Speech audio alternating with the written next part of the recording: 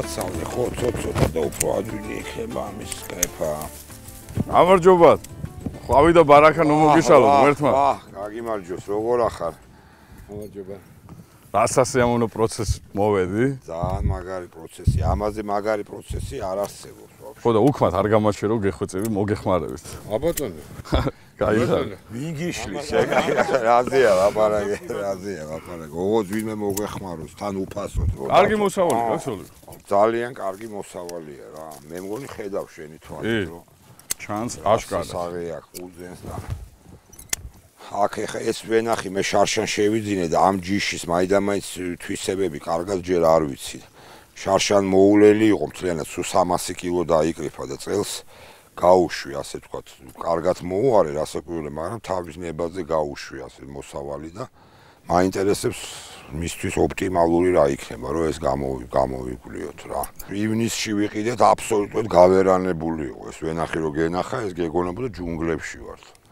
სრულიად გავერანებული იყო ეს ვენახი. მე საერთოდ ეგეთ ვენახებს ვყიდულობ, იმიტომ რომ ესე იგი ნაწამლი და ნაშხამი არ არის ვენახები. რაც ნაყიდი გვაქვს ვენახები, სულ ყველა ასეთი იყო და მე ჩვენ თვითონ ვაკეთებთ და ჩვენ თვითონ მოყვავს ისე ფორმაში. მწვანე ცოტა ესეთია. ფაქიზი მოსავლელია რა, ნაცრის მიმართ უფრო ზნობიარეა ვიდრე კაციტელი სიტყვაზე, მაგრამ ნუ სწორი მოვლის შემთხვევაში ეხა აი აქ რო უყურებ თქვენ 8 და 9 და 10 ჯერ აქვს შეწამული, სულ 4 ჯერ აქვს შეწამული და კაცილებით ნაკლები ხარჯიც და ნაკლები პროცენტული ხსნარით. ეხლა და აქ ბიოდინამიური წამლებიც არის რასაკვირველია და წამლები არც ქვია იმას, ნუ ხსნარები ასე ვთქვათ, სცენარეული ნახმარი ამ ვენახშიც, მაგრამ აი თქვათ უშაბოთ მაინც ჯერჯერობით არ გამოდის საქმე. ჩვენები ხო საერთოდ ადამიანთა უმრავლესობა არა მარტო ქართული უმეტესობა სიზარმაზე ჩვევიათ. ამიტომ არის მოგონილი სქემები, რომ აი 10 დღეში ერთხელ დაასხი და წყარად იღავი. 10 დღეში ერთხელ რომ დაასხა ხე გამოთვალე 3 თვის განმავლობაში რამდენჯერ გამოდის, ხო? მინიმუმ 9 წამლობა გამოდის, ხო? მით უმეტეს სისტემურებით როცა წამლავენ, ნუ საერთოდ უბედურებაა ეს. ახლა რომ აი ერთი წუთით რომ გადახედოთ ახლა იმ ვენახის ფოთლის ფერს და ამ ვენახის ფოთლის ფერს იმ წუთში დაინახავთ, ეს არის ავატყოფის სცენარი. მიუხედავად ყურძენის ასხია და ყველაფერი, მაგრამ ეს არის ჯანსაღი ყურძნის ფოთლის ფერი. ჯამთელი და ეს რო ადამიანს სახელზე ეთყობა, ხო? წამლების როლი გაჭყებილი და ავატყოფარი და ეს ზუსტად იგივე რაღაცაა. ამიტომ რასაკვირველია ეს ცალკე უბედურება, მას შაბითაც კი ეხა 9 ჯერ, 8 ჯერ, 7 ჯერ შეწამლა არის. შაბიც საწამლავია სამწუხაროდ. ბევრი არაფერი არ უხდება. რასაკვირველია, არც საერთოდ 1 გრამიც რო არ გაუკეთო, ყველაზე კარგი ეგ არის, მაგრამ სამწუხაროდ ეს ჩვენი სცენარები უკვე გარყვნილია და მთლიანად შეუძლებელია ამის გაკეთება. მაგრამ დროზე შერჩეული დროით და ხარისხიანი შეწამლა გაძლევს საშუალებას არჩევენ ნაკლებად შეიწამლოს რა 4 ჯერ არის 4 ჯერ ყველაზე მეტი 1%-იანი ხსნარი მაქვს დასმული ძირითადად ნაკლები და რაღაცა 1.7%-იან ხსნარს ხმარობ ძირითადად.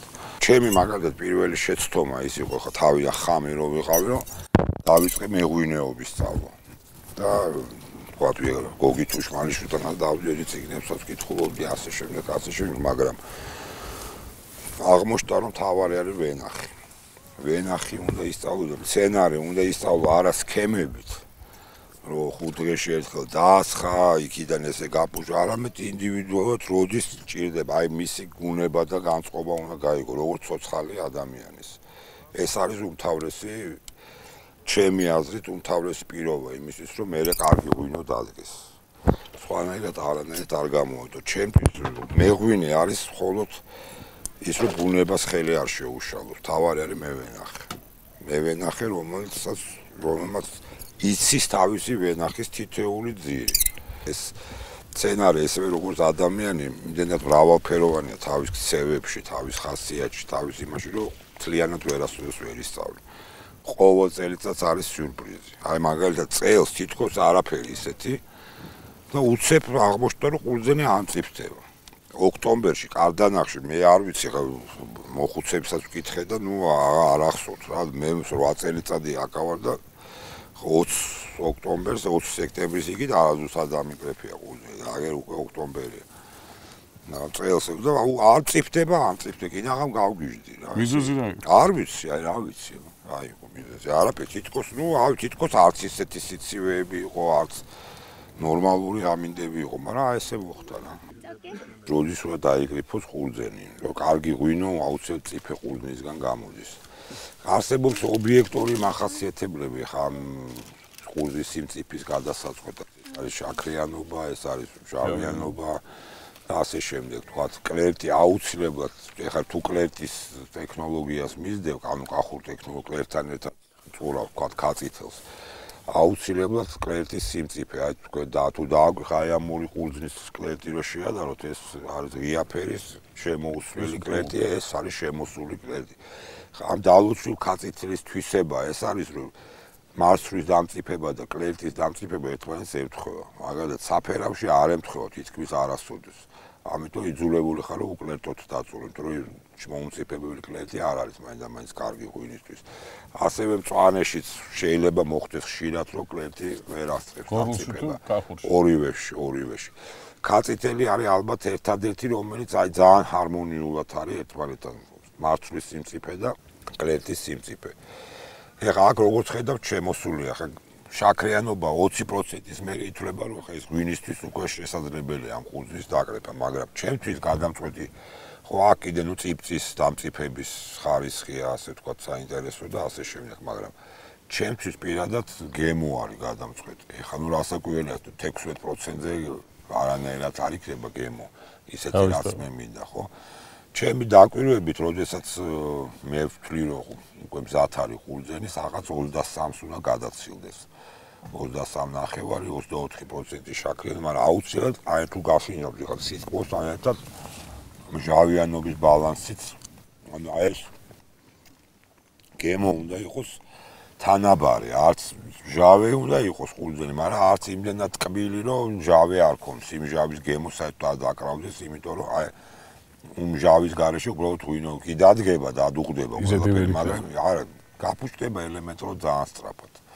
მჟავიანობა არის ყურძნის შენახვის ერთ-ერთი პირობა. ამიტომ ჩემთვის პირადად და მე ვფიქრობ, რომ ყველა მეღვინემ, იმისთანა მეღვინეობას, ვინც ჩვენი ტიპის მეღვინეობას მისდევს, ანუ მე ამას ვეძახი ჰუმანურ მეღვინეობას და არა მანქანებით ღვინის დაწურვას და სხვადასხვა საშუალებებით, ანუ ბუნებრივად ღვინის დაწურვას ვინც მისდევს, იმან თვითონ უნდა გადაწყვიტოს ყურძენი როდის უნდა დაკრიფოს. აქ რეცეპტი და მის მიცემა არის აბსოლუტურად სისულელური, იმიტომ რომ ადამიანს აქ თავი გემოვნება, ამიტომ როცა გადაწყვეტს, იმიტომ ატარებს ბუნებრივი ღვინოები ყველა განსხვავებული გემოს იდგება, იმიტომ რომ ის ადამიანზე არის დამოკიდებული. ანუ ადამიანი წყვიტავს, როდის დაკრიფოს, როდის დაწუროს, როდის რა გააკეთოს, როდის დაურიოს და არა პროგრამა კომპიუტერული. ამიტომ ეს ღვინოები გამოდის ისეთივე, როგორც მისი პატრონები არიან.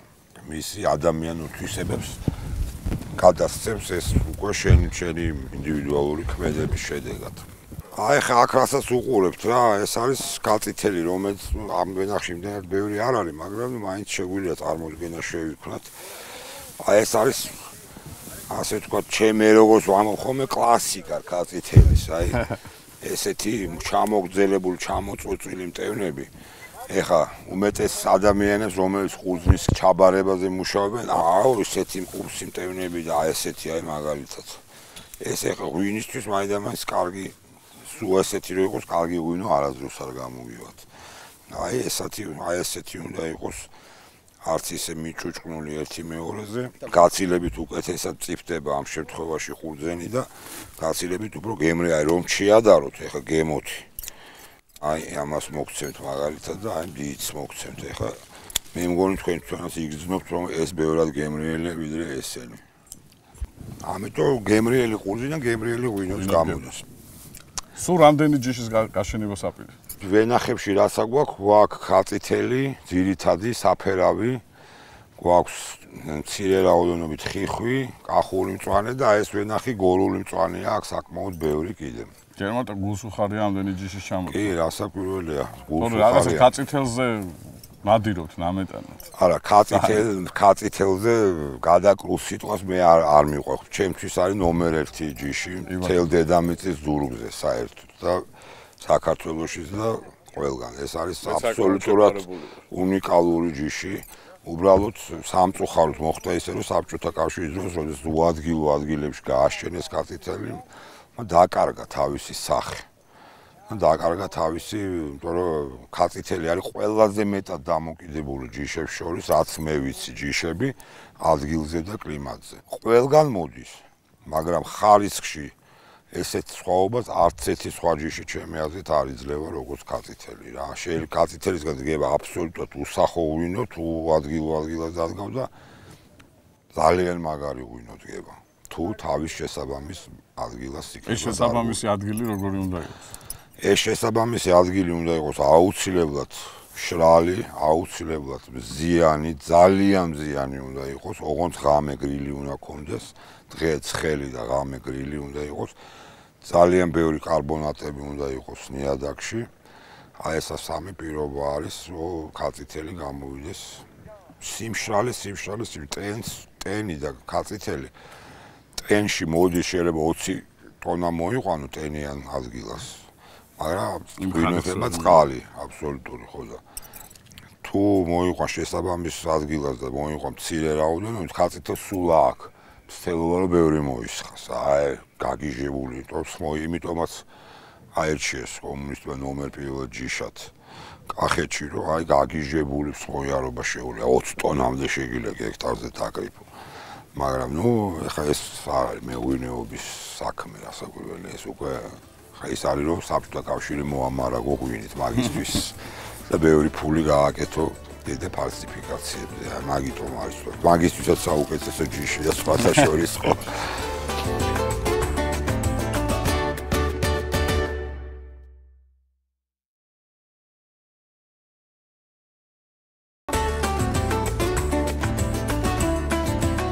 ძალიან დიდი მნიშვნელობა აქვს მოვლას ვენახის. მეღვინეობისთვის ეს შენ აუცილებლად ადამიანმა უნდა აერჩიოს რა უნდა ვენახისგან. ღვინო უნდა ვენახისგან თუ უნდა ჩააბაროს ყურძენი და გაყიდოს. რასაკვირველია თუ ხა ყურძნის ჩაბარება გინდა 2 და 3 ტონის მოყვანას ჰექტარზე არანაირი აზრი არ აქვს იმ წუთშივე გაკოტრდები. მაგრამ თუ კარგი ღვინო გინდა ამაზე 3 მაქსიმუმ 4 ტონა უნდა მოიყვანო ჰექტარზე. მეტის მოყვანა არ შეიძლება. რა უნდა გავაკეთო იმისათვის რომ ამიტომ ვენახი ისევე როგორც ღვინო სხვა ბევრი შეწუხება არ ჭირდება.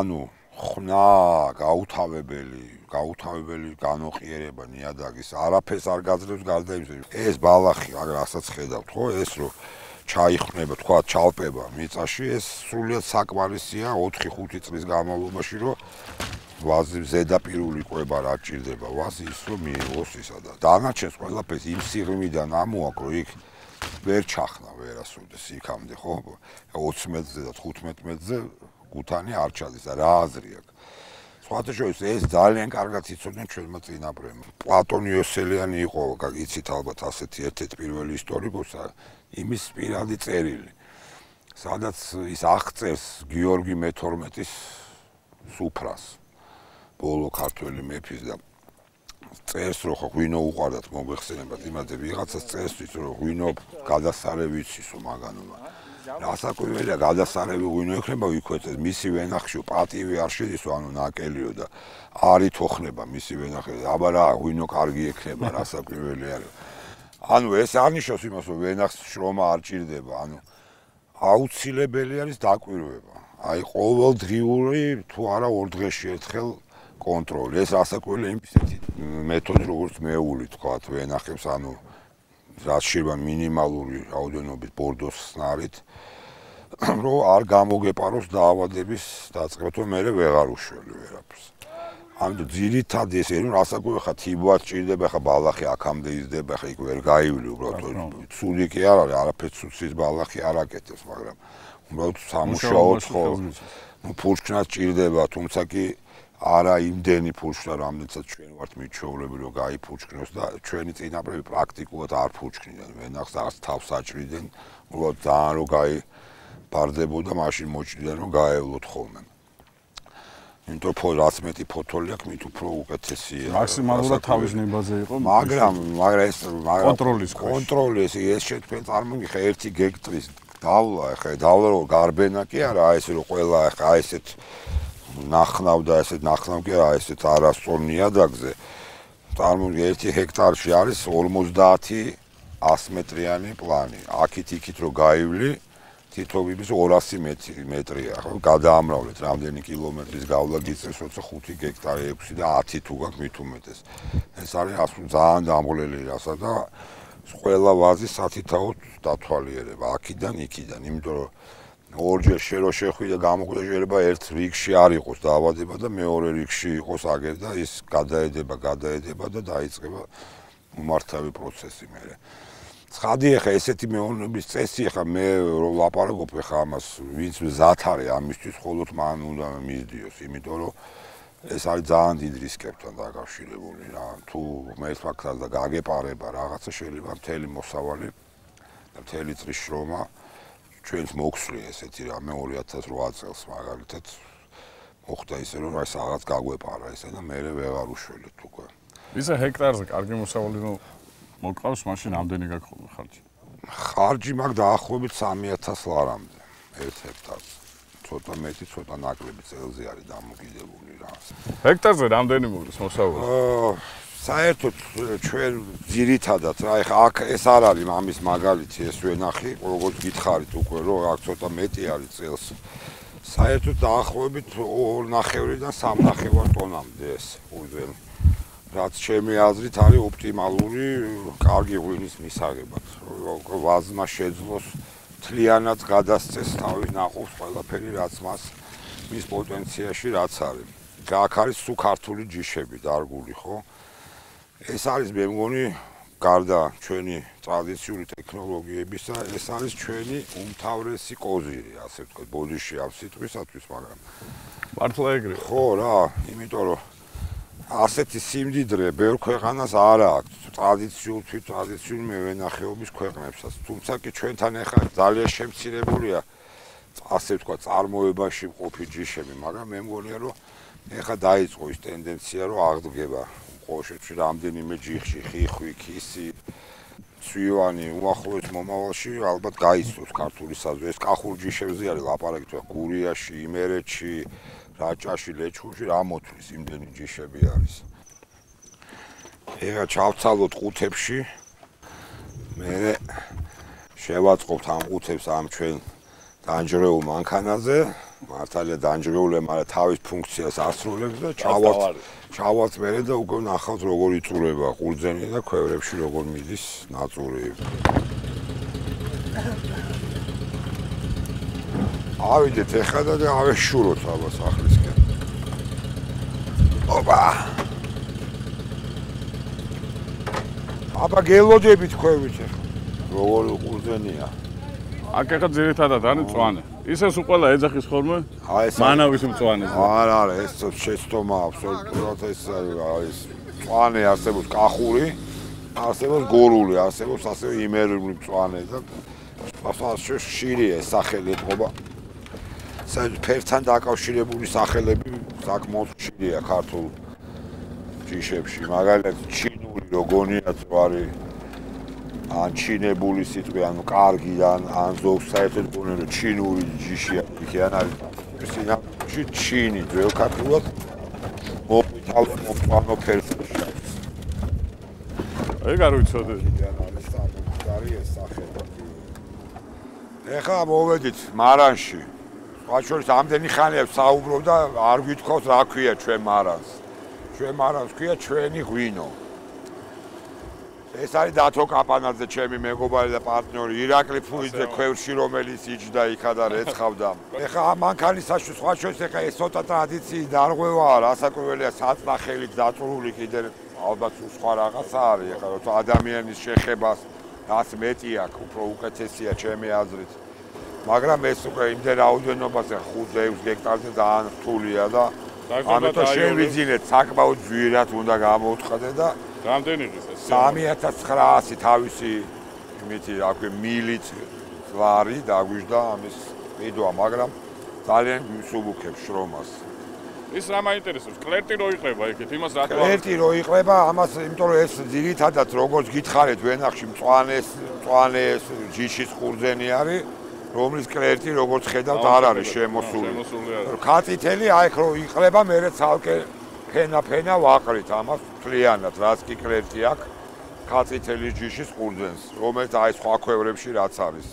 ეხლა წავიდეთ და ნახოთ როგორ იწყება ჩვენთვის უსაყვარლეს და უძვირფასეს ქართველებისთვის და მე როგორც ვატყობ უკვე მსოფლიოში ძალიან ბევრი ადამიანისთვის საყვარელ ჭურჭელში, ქვევრში. ჩვენ ახლა ვიმყოფებით ჩვენ სადუღარ მარანში, სადაც თქვენ ხედავთ რომ არის ქვევრები. ახლა ყოდანახევრიან ქვევრში ხდება ღვინის დაწურული მასის უფრო დურდოს, აი როგორ მოდის, ხო ხედავთ. ქართველები ვართ ერთადერთი ხალხი, ვინც შევინარჩუნეთ ეს კულტურა, ეს ქვევრის კულტურა სხვა ქვეყნებშიც იყო გავრცელებული, მაგრამ ჩვენ აღმოჩნდით ერთადერთები, ვინც შემოვინახეთ ეს კულტურა. მაგრამ ჩემთვის ასაკურეს ტრადიცია ძვირფასია, როგორც ასეთი თავისთავად, მაგრამ მარტო იმიტომ რომ ეს ტრადიციული, ამიტომ არ აგვირჩევია ეს. ასეთი ინდივიდუალური მეღვინეობისთვის, როგორც ჩვენ ვეწევით, მცირე მეღვინეობისთვის, ქვევრზე არის შეუცვლელად კარგი ჭურჭელი. იმიტომ რომ მას აქვს თვისება კასრის, იგი რომ ანუ სუნთქვავს, მას აქვს ტემპერატურული რეჟიმი, ანუ ის რომ დუღილის ტემპერატურა ჩვენ შევინარჩუნოთ ნორმაში, ზედმეტი მოწყობილობები არ ვჭირდება, ეხლა გაჩვენებ რა მოწყობილობები ამისთვის საჭირო და ასევე კარგად მოვლილი ქვევრი არანაირ უცხო გემოს არ გადასცემს ღვინოს და ეს არის ორი იარაღი, რომლითაც ხდება დუღილის რეგულირება. ანუ ეს არის ეგრეთ წოდებული ქუდის ჩასატეხი, რომელსაც აი ჯერ ჩავტეხოთ ქუდი ეხლა, რომ მე ამითი უკვე მოხდება ძირითადი დარევა, აი ამ ჯოხით. ჯერ ბილია ეს მაგდება, ეხლა ეს გუშინ ჩაწურულია ჯერჯერობით.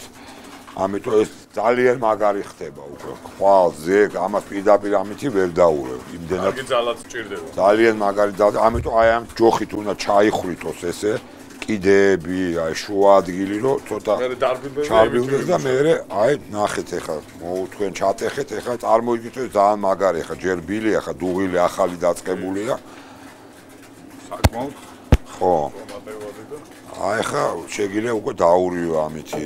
ეს უკვე მზად არის.